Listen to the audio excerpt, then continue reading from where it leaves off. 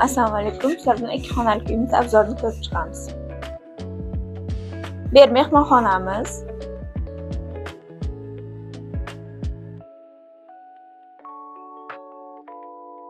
Bu yer yotoqxonamiz.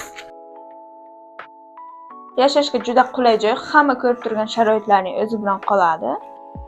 Vannamiz bilan hojatxonamiz alohida joylashgan.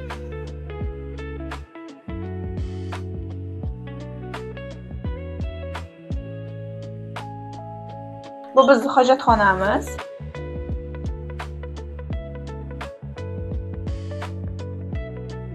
Bu ayollar xonasi desak adashmaymiz, ya'ni bu oshxona.